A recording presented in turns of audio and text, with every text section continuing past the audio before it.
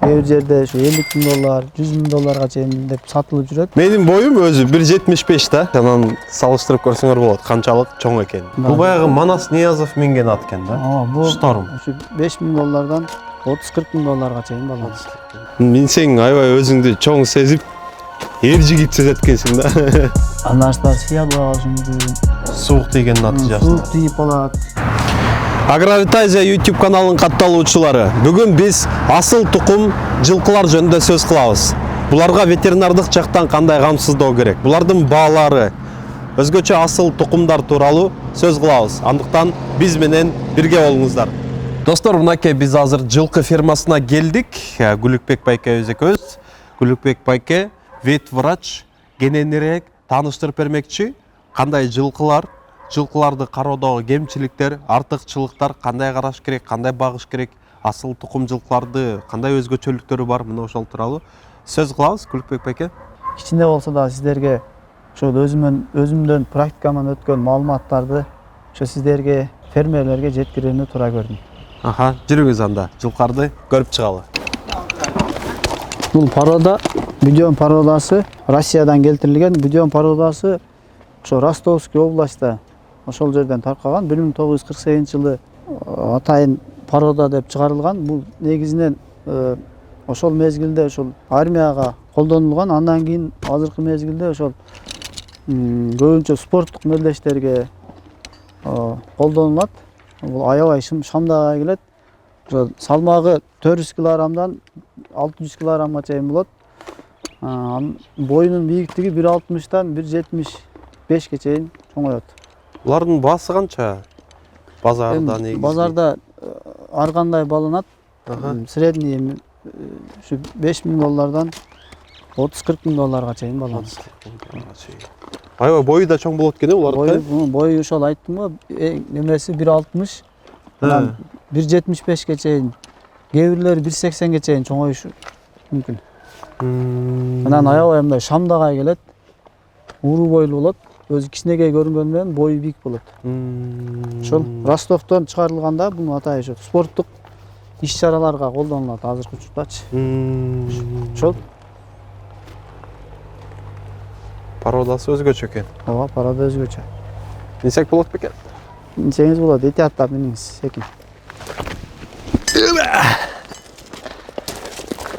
Сон минсең аябай өзүңдү чоң сезип, эр жигит сезет экенсиң да.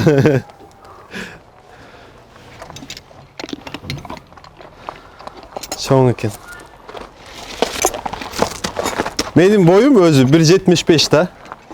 1.75, анан салыштырып көрсөңөр болот, канчалык чоң экен. Мындай чоң аттарды дайыма эле көрө бербесең керек. Ооба. Бул жылкылар ошол Польшанын алынып келинген. Бул жылкы Великий польский порода деп коет. Мурунку мезгилде ошо согушка колдонобуз деп ойлонуп чыгарылган порода бул дагы. Ошол аргындаштырылып, күлүк аттары менен ошол местный өзлөрүндө местный порода болгон, польский порода деп коет. Ол бирок бирөөз жапызыраак, анан мындай курсактуу жылкы болгон, ошол менен аргындаштырылып чыгарылган порода. Булардын негизги өзгөчөлүгү шамдагай, анан боюнун бийиктигинен, анан экстерьери ошол сырткы түзүлүшү аябай келбеттүү болот. Булчуңдуу, боюнун бийиктиги бүт бардыгы төп келишкен ушул жылкы породасы болот. Булардын баалары эми средний ушу 5 миңден кээ бир жерде ушу 50 миң доллар, 100 миң долларга чейин деп сатылып жүрөт. Ошол биринчи алып келген ошол 7-8 жыл мурунку алып келген мезгилде көбүнчөсү ошол ооруп, ар кандай ылаңдарга чалдыгып, аябай бизди кыйнаган жылкыларчы. Аябай оорулар көбөйүп, азыркы мезгилде бул породалар уже биздин шартка, климаттык шарттарга көнүп, бир аз уже бизге көндү. Биз дагы булардын ушундай ылаңдарын изилдеп көрүп, уже түшүнүп жеттик. Булардын тоютучу кандай берилет буларга? Негизги тоют бул чөп. Чөптү средний алганда чоң жылкылар 600-700 kilogramlık жылқылар 30 kilogramdan 50 kilogramga чейин кеш керек. Күнүнө? Күнүнө. Мисалы да. Bir үй bakkanday болот. Ошондой эсептелинет да. Анан жем беришибиз керек. Жемди дагы кошумча витаминдер, мисалы кормовой комплекстер бар. Именно ошол улакчы аттарга спортивный лошадей деп келет. Ошолорду кошуп беришибиз керек. Себеби буларга ошол организмди иммунитетти калыбына келтирүү үчүн, ошондой эле кыймыл аракетти жакшыртыш үчүн, оорубаш үчүн, ошол эле учурда ар кандай мелдештерди жакшы жүгүртүү үчүн ошо толук кандуу рационду түзүшүбүз керек. Анда бардык элементтер камтылыш керек. Эми элементтер десе мисалы көп да элемент. Микроэлемент, макроэлемент болот. Көбүнчө микроэлемент, макроэлементтерди берип туруу зарыл сунушталат. Микроэлементке мисалы магний, темир, цинк, бор, молибден, ушуга окшогон нерселер кирет.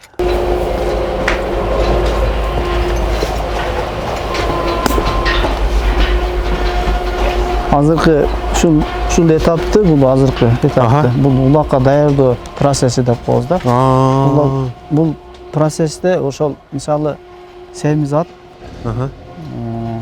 буну ушу даярдашыбыз керек. Себеби күнүгө бастырып көбөйтүп ошентип улакка даярдайбыз.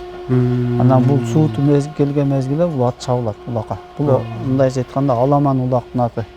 Бул чоң ошол чоң топторго, чоң аламан улактарга жараган ат. Бул деген ошондо күн сайын ушул жерде суутулуп туруш керек. Ооба, күн сайын ушул процессти ушу көбөйтүп күнүнө көбөйтөбүз. Мисалы 1 саатпы, 1 саат мисалы кээде 1 саат 10 мүнөт ушинтип баягы километрин көбөйтөбүз да. Километрин көбөйтүп, убактысын көбөйтөбүз. 1 айлап ошол ордунда туруп калган болсо, анда уже өтө кыйын болот. Аттын физиологиялык немеси айныйт.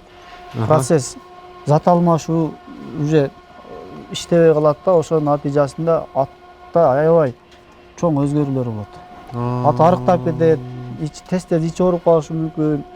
Путтарында жаралар чыгып калышы мүмкүн.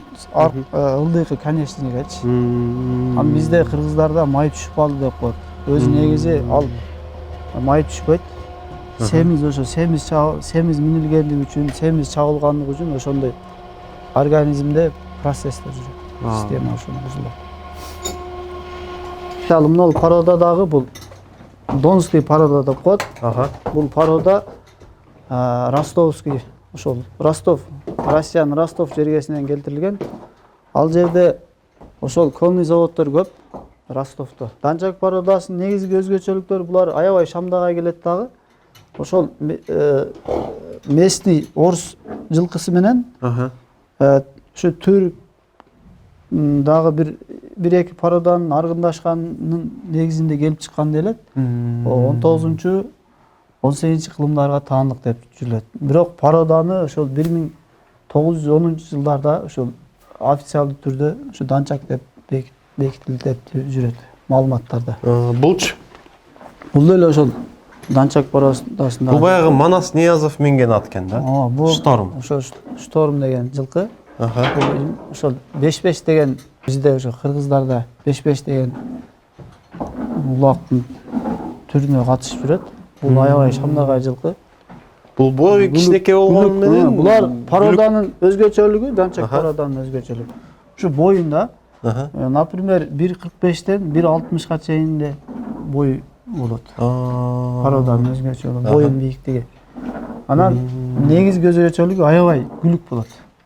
Шамдагай, Шамдагай болот. Күлүк деп коет. Күлүк болушат. Кыргыздын мыкты кыраан улакчысы Манас Ниязов Бекеринен минбеген аттар да. Бул порода бул эми бир аз мындай абалда турат. Өз негизи бул ошо кыргыз жылкысы. Кыргыз жылкысы илгертеден ата-бабаларыбыз минип келген. Ошол улакка да минип келген. Өзүбүз ушу көч мезгилинде дагы göç, ata-babalarыбыз göçмөн калып болгон үчүн ошондой ушулар жылкыларды колдонуп минип келишкен. Бул орто бойлуу болот экен, бирок узун болот экен. Орто бойлуу болушат. мындай капталган. Чымыр денелүү болушат. Аха. Мындай денеси аябай жакшы өрчүгөн, анан иммунитет аябай күчтүү болушат. Биздин кыргыз жылкылары менен көп, мисалы, мына Польша, Будён, Данчак, дагы бир Мустанг, ушул аттардын айырмасы бар. Биздин парода кыргыз жылкысы деп аталат. Бул кара байыр эмес. Кара байырды ушу Өзбекстан өзлөрүнө энчилеп жүрөт. Бизде ушу илгертен кыргыз жылкысы деп аталат. Бунун тарыхы көп жылдарга барып такалат да. Жакшы. Булларчы? Бул да ошо Польшадан келтирилген. Польшадан келтирилген жылкы. Бул да ошо Аламан улактарда жүгүргөн жылкылардын бири. Аламан улактар жүгүрүп, байгелүү сорундарды алып жүргөн жылкылардын бири. Бул пароданын негизги өзгөчөлүгү, дагы айтып кете турган нерсе, бул парода жоош келет. Жоош. Чоң болгону менен жоош келет да. Жоош болот, аябай жоош болот. Буну жаш бала деле карап койсо болот. Биздин кыргыз жылкылар андай эмес. Мындай характери өтө курч, тез. Ушундай болушат. Негизи эле жылкыларды багууда кандай кемчиликтер бар? Кандай артыкчылыктар бар? Ушул улакка даярдаган учурда көп кемчилик кетет да. Ошону семиз учурунда минип коебуз. Туруп калган жылкыны. Ошол кемчилик, андан сырткары улакка алып кетип атып, бул жылкыларды негизи миниш керек да. Жарым саат секин минип анан алып барсак, ошондо жакшы болот. Негизи эле күндө минип туруш керек экен да. Бизде, например, көбүнчө билбей эле баягы портер деген автоунаага жүктөп, сырты үстү ачык. Ошого жүктөп барат дагы суукта. Кыш мезгилинде улак болот да. Ооба. Ошого жүктөйт дагы, ал жерге алып барып чабышат атты. Улакка минип туруп, кайра эле жүктөп алып келе берет да. Ошонун натыйжасында кыргыз жылкыларынын, ушул кымбат баалуу кыргыз жылкыларынын иммунитети аябай түшүп кетти да. Аябай көп ооруларга чалдыгып, жаталак болуп калат. Андан сырткары сый албай калышы мүмкүн. Ушундай бир көп кыйынчылыктарга алып келип да. Суук тийгенин натыйжасында. Суук тийип калат, ичеги карын системасы шамалдап калат. Иммунитет түшүп, Себеби иммунитет түшүп кеткендигине байланыштуу ушундай нерселер келип чыгат да. Ошон үчүн биз бул нерселерди ошондой үстү жабык машиналарда алып кетүүнү сунуштайбыз. Мүмкүнчүлүк болсо миниш керек да, минип барыш керек.